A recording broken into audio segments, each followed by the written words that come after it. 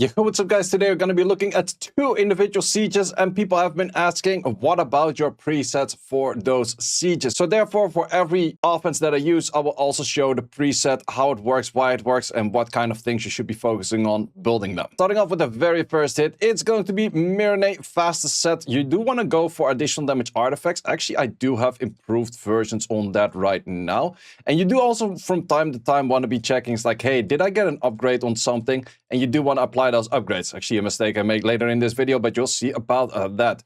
So over here, we can save that later on. So fastest set that you can have over here, plus additional damage artifacts both sides. This thing, whatever, just gives you more speed kind of shenanigans. It's more for the cleanup in case your Lushen doesn't fully clear. Then we have this thing. I can make it on fight. Not everyone can do that, but if you have fast enough fight runes with 25 over here and 28 over there, adding in a lot of speed increasing effect, will guarantee my turn on the Dova. And then we go for the Lushen. This is the highest Lushen output that I have. Would still like to get a better one of this, but this is the best I can do thus far. And then for artifacts, this is actually where you can see the value of having a little bit of everything. It's not necessarily like, oh, something is really standing out, but it's a 199 efficiency where every line does help this Lushen deal more damage. And it's kind of the same thing over here. It's not something like, oh, it's a lot of crit damage skill 3 or attack increasing effect or attack 7. It's nothing like crazy together. But if you check the individual lines, this is a full max rolled, this is a full max rolled, this is a 1-off max, and this is a 2-off max, which makes it a very high efficient artifact, which is often better than just, oh, I go for 27 crit damage 3, but nothing on the side of that. So let's see how that works out. And that works out pretty fast. As long as you outspeed, you just do the curse of thing. And then how much damage are we actually dealing over here? Amputation magic, looking at 25 to 27 Ks per hit. That's a lot of damage. You do see the difference mainly because of my crit damage low. I have crit damage low over here and I have crit damage low over here, a little bit of crit damage max.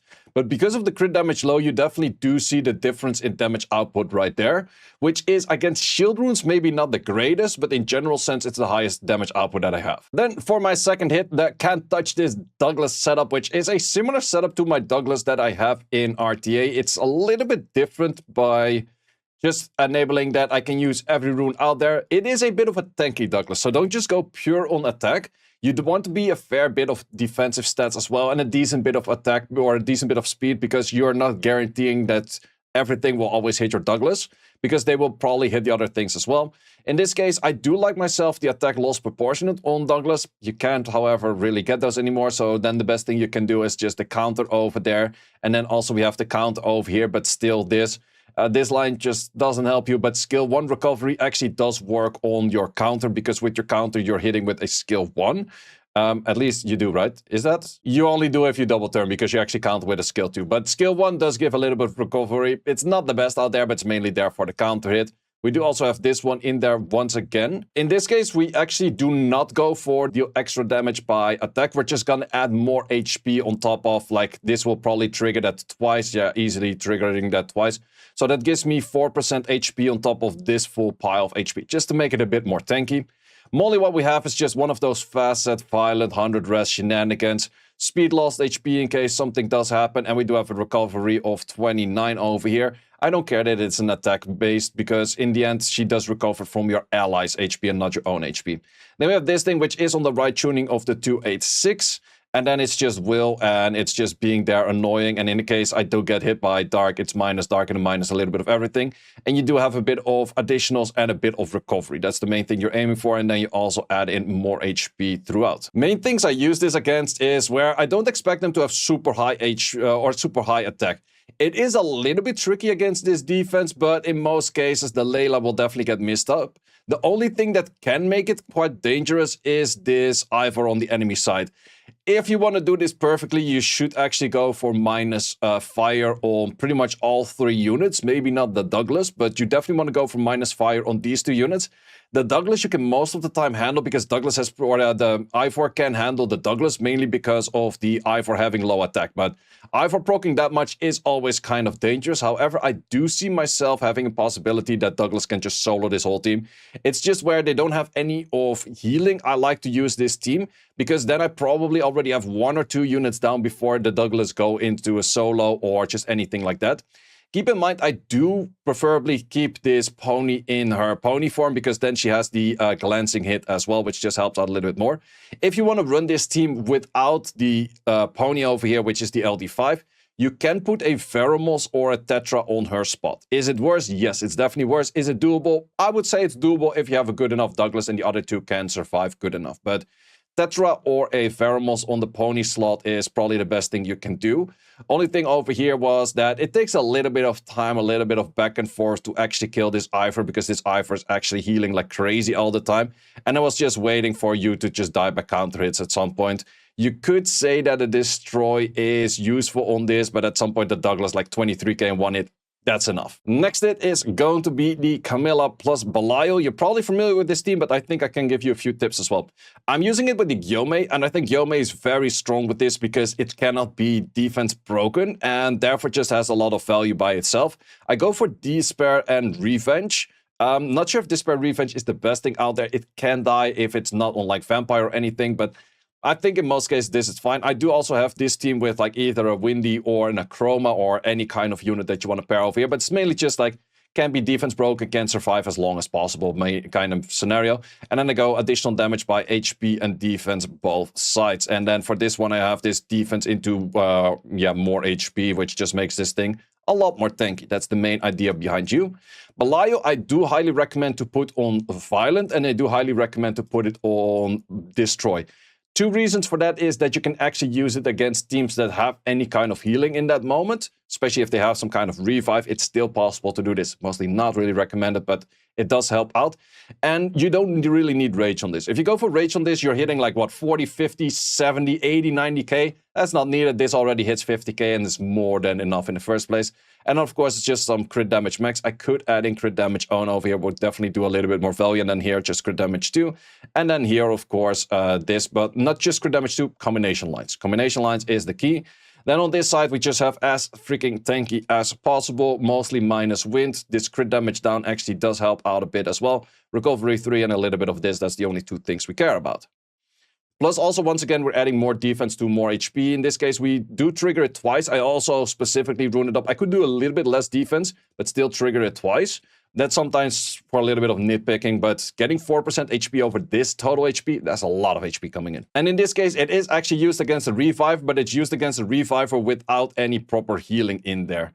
Only issue I kind of had is that I expect the Elsharian to go for 100 crit. Salah is probably not a 100 crit unit.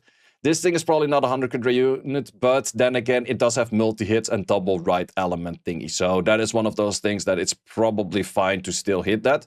Only thing you have to keep in mind that you have to kill this thing first. Otherwise, they start reviving. So you kill that one first, and then you just bruise it down the other two, and it's still very simple. This is still one of those teams. It is relatively close to free-to-play, where I think most people towards like mid-game, end-game accounts that have most units will have these two units. This one is a free-to-play unit, so definitely do pick that one up.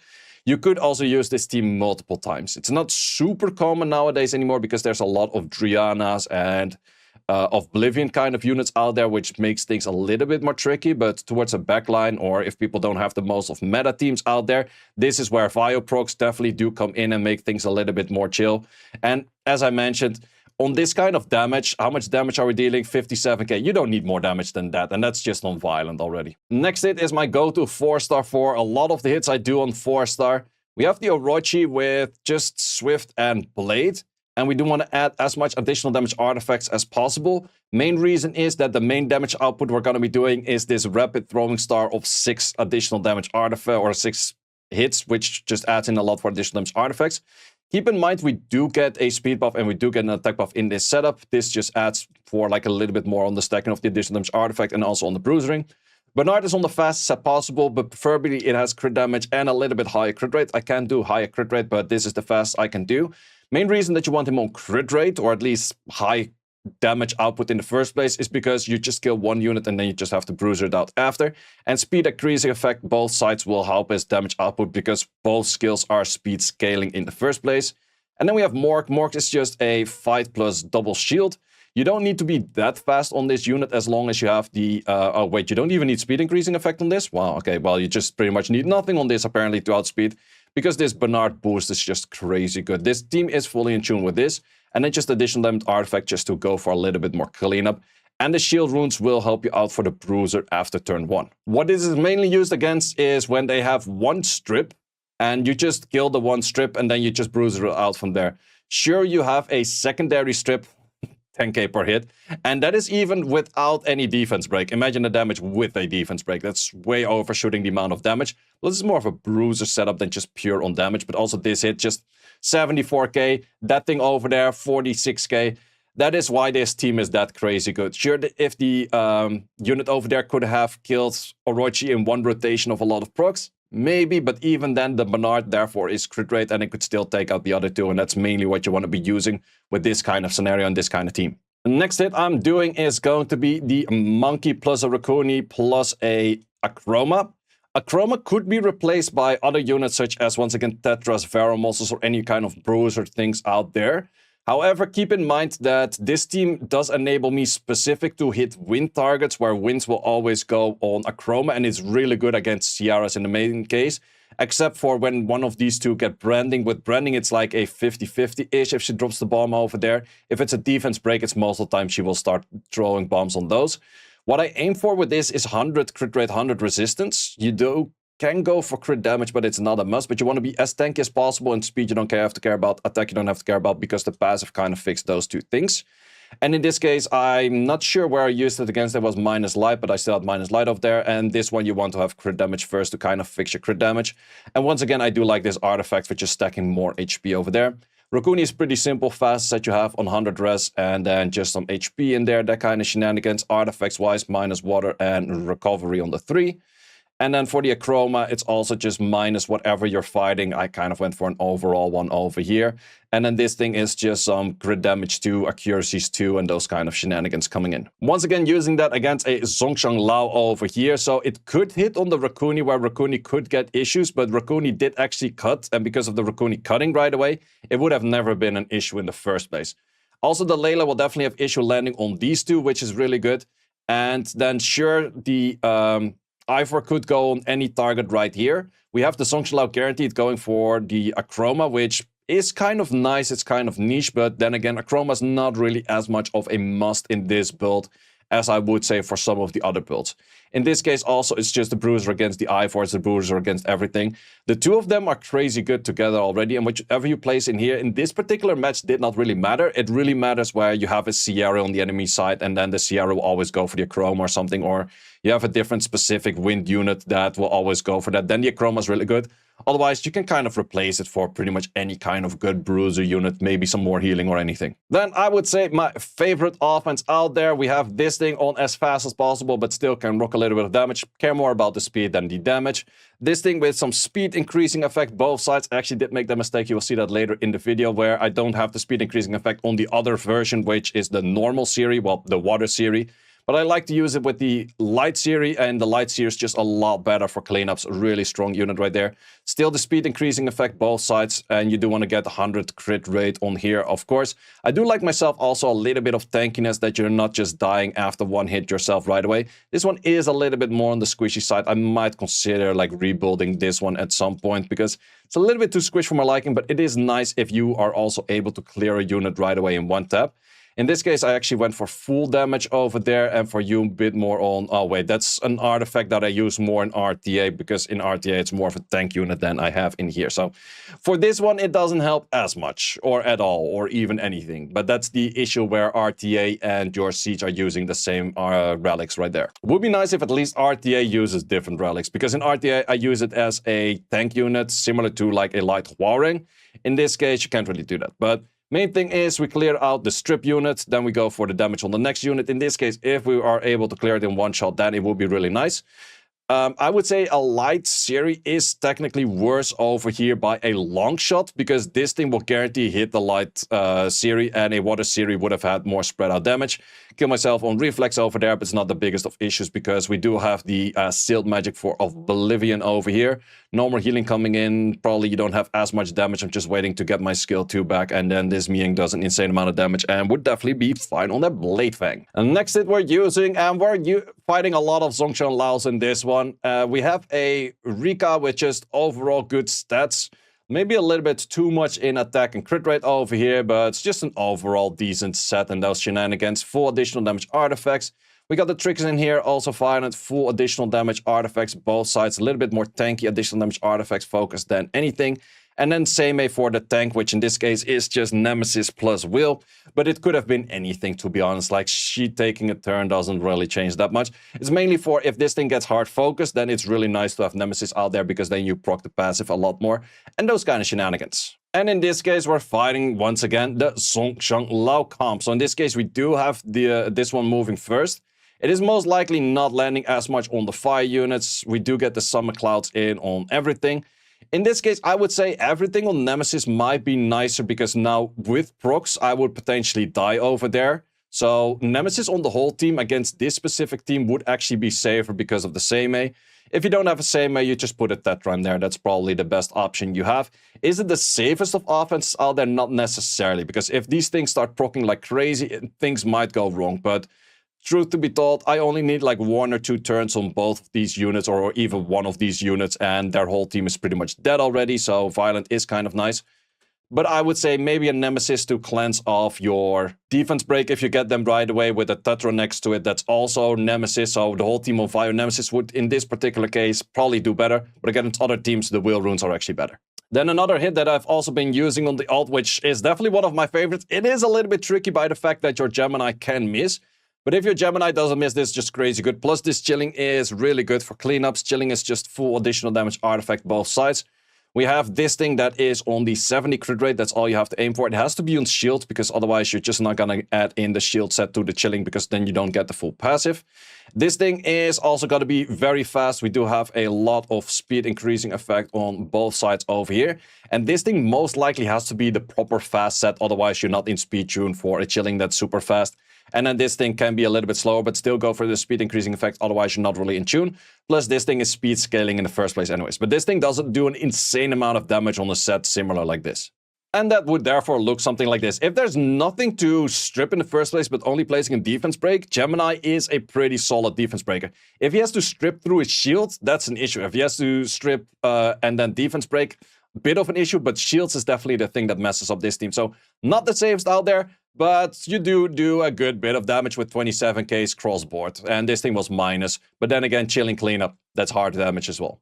Then we finish it off with just one more illusion for this one. Did already showcase the team, so I'm not going to be showcasing the runes every time that I use an exact copy of this, but I tend to use both Mirin that I do have. If I had even more Mirin, I would definitely use more Mirin, because look at that damage. That's so hard to tank these days. For this siege, I had one more hit coming in, but that was a hidden offense. We do still have a few of those. I try to avoid them as much as possible to make these videos, but it's kind of hard because every good offense is pretty much something they prefer me not to show. Moving on to the second siege, this used to be my most used team. Nowadays, it's a little bit hard to outspeed things on the Tiana because the Tiana base in the end is not that high, therefore your speed set, it doesn't look like that much, whereas you have seen it on the other units, the exact same set is like plus 240. But yeah, Tiana in some case is still very nice. We got a Nephthys next to it. I'm actually using Nephthys on Seal, and the reason that I use Seal is because I outspeed, because it's the Tiana outspeed, I outspeed guaranteed anyways.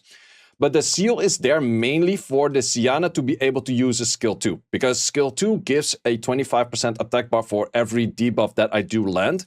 Nephthys already lands 4 debuffs by just her S2 and then the silence. But if you have 5 debuffs, you actually get 125 bar rather than 100 bar, and the enemy will most likely be at 100 bar the moment I would use S2, so I cannot go for an S2, S3 rotation.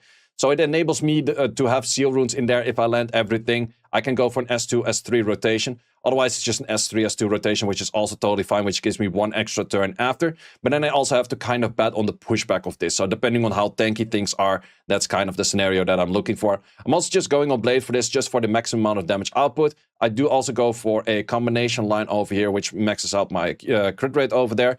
And then this thing is a crit damage own, where it is good for the S2, it's not that great for the S3, but then again, I just gotta work with something, right? And this thing is a full maxed out roll, so why not? And then the Tiana, of course, is crit damage for the cleanup. And then Nephthys for artifacts is just additional damage artifacts, which I would say in this case, is maybe the other one better that I just placed? No, because of the crit low, it's still probably better to go for this. Which also does have a little bit of crit damage just to chip in a bit more damage right there. And as long as the outspeed, these matches always do tend to look very fast. So they had a lot of Morris plus Kraka in the first place, which is not a super common hit out there. In this case, I just went for the skill 3 right away because they already look kind of squished, and they kind of were. Plus the Phantom was kind of high on attack bar, so then I'd rather just go for skill 3 right away. Another one of my favorite hits is this one. I think that this one, yeah, I did already fix the buff in here. Also for the next Arena Rush, I'm definitely going to be using a lot more Ian, so if you're looking forward to that, either check me out on the Sunday or check out the video on Monday on Ian for Arena Rush. We do add as much attack increasing plus just everything that we can out there. And then runes are just looking for as much damage as we can. I think I might have an upgrade on you because I have a better slot 2 on crit. This thing is just the fast set once again, and then some additional damage artifacts. Nothing too special about that.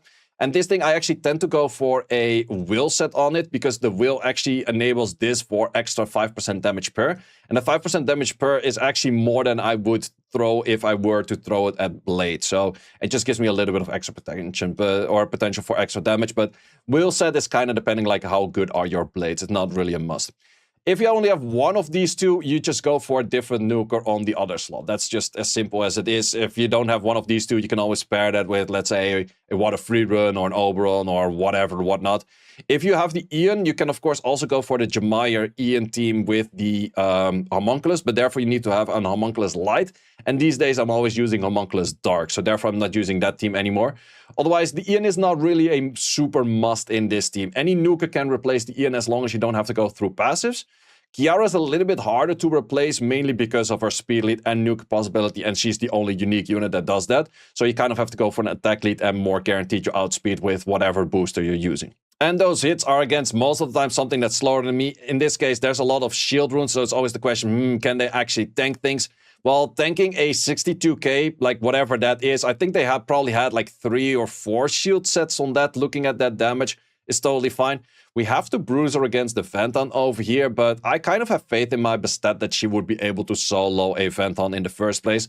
Plus, I only need to get 1 or 2 skill 1s off from the other 2 units, and Phantom is probably nearly dead already, so this was a fine match to solo that Phantom right there. These hits are actually in reverse order, so in the case that I'm out of Mirin, I just use up the Dova on the fastest set that I have. Jin is on triple fight. I try to get as high crit rate as possible, so he can do for a little bit of cleanup. But I want to add enough speed where he actually does move after my Lushen nuke. So if things are kind of slow, and most of the time, if they tank my Lushen, they are slow. So the Jin can go for a cleanup. That's the main idea. And then we have this Lushen on the exact same Lushen as that we had on the prior one. So that does mean that in this siege, I did Lushen a lot. Is it tricky against a Escher to Lushen it like that? Yes, it's definitely tricky. But if you know how fast they are by a previous match, then you can actually do this. And as mentioned, I mainly use that Jin version. I like the Mirin version a lot more because it's a lot harder to trap it, because we were doing 22Ks on the other one. This is 27Ks. That's just simply a lot more damage. I did also showcase this team already. Once again, it's the same style. It had a lure on the right side last time. Now it's a Lisel, but the idea is pretty much the same. You just kill off the strip. You start hitting the other 2 units. They most likely will hit on your immunity. They could go for a massacre, maybe take something else, but there's so many buffs to work with where he has to strip every individual buff at first, which most of the time just doesn't really happen, where you just have a clean hit right there. Plus, you have a lot of outspeed potential. But keep in mind, Bernard base is lower than Escher. You are a little bit higher on your lead, but it's definitely a speed check right there, which is about E. Then this team, which actually I did mention I made a mistake, right? Well, these artifacts, or there were no speed increasing artifacts on this unit right here, and therefore I got cut. If I were to move in front, I would have probably one-shot this, because this thing is actually super high on damage. It's also not super recommended to use it against this kind of team, because they could be pretty high on damage in the first place. But even this Blade Fang on a slow right now nearly took it out. So if I had the right artifacts, in this case I was still on pure damage artifacts rather than speed increasing artifacts, it is a little bit more tricky, and it's not that recommended, and therefore I did tend to die right here. So this was my only lose over here. But it did actually show me as like, hey, I'm using the wrong artifacts, because I was using 0 speed increasing artifacts. If I had speed increasing artifacts, I would have absolutely murdered that. Because as a fun fact, I actually have really good speed increasing artifacts over here, which is a full roll in this, full roll in that. And then max roll on this one is not that useful. But over here as well, not as much of full rolls, but still pretty useful things in the first place. So this would have absolutely worked, whereas I had damage on a specific element for one specific fight or something. So I tend to not really check my artifacts, which is an issue that I have after decks. And maybe you know that same issue as well. Did also use nearly the exact same team, but then with the Water Siri. I prefer Water Siri over Sonya these days. Sonya in this case could actually be okay-ish, but this Siri is just crazy good. And then I put this artifact over here that I just mentioned. And this one gets like a secondary artifact. It is a bit of a different build on the Miang. I actually would have to check which one of the two builds of the Miang I like a little bit more. This one is a little bit more tanky. The other one is more damage focused. But I would actually have to fine tune which one of the two I like a little bit more. And then we're just adding in as much damage here as possible. And we're fighting the exact same team, but in this case, it's more of a tanky version rather than going for a full damage version, which the last one was. We still managed to take that out. This skill too, well, we did a lot more damage, but we did not take it out. But it did also miss a few strips. But in this case, bruisering was a lot easier because I did not get my strips in. So is it the safest of hits of what I hit against? Not necessarily, but with good rune quality, right artifacts, mainly right artifacts, it would have been fine. But then I messed up the artifacts. So it wasn't fun. But this one, at least we did win. Then one of the most scary looking teams out there, Sylvia, Gojo, Iris, Lushen foot. It's one of those things, the Iris could be on Swift. If Iris is on Swift and she's bound to do an S2, she were to send the S2 over here. On that case, it is best if you actually don't have a fight Dova, but a full-on Swift Dova. And Swift Dova would outspeed these two in the first place. And then you can still Lushen even without the Mirin buff. But that is definitely an option you could go for. But that is a way to trap it, but that's also a way to trap the trap where the team still kind of works. Unless then all of them are super minus wind, and then you would trap the trap on the trap. It's a trap. Then there was one more hit, which was that hidden offense right there. And we still have this one, which was already showcased before as well, which the fly. In this case, we did actually not strip the shield, but we did strip the immunity and we landed all defense breaks. This team is definitely one of those things. It's gonna fail at some point. 100% it's gonna fail at some point, but most of the time it will succeed. So this team I definitely do really like. But for Siege Tournament, where you want to get 10 out of 10, it can be tricky from time to time. I definitely did lose, at least in my last Siege Tournament, I actually lost with exactly this team because it barely stripped any. So yeah, that's all for my Siege hits. Hope you did enjoy this video. Let me know in the comments if you want me to do more Siege videos. But then again, I mainly just use these teams as I showed over here. I have a bunch of other teams that I did not show, but these are the most common Siege offenses that I'm using. Let me know in the comments what your favorite Siege offense is that you are using every Siege out there. And see you as always in the next one. Thanks for watching. If you would like to see more guides, join the Discord and check out the content tab for the guide video archive, which contains all of the guides that you might need. Hope to see you there.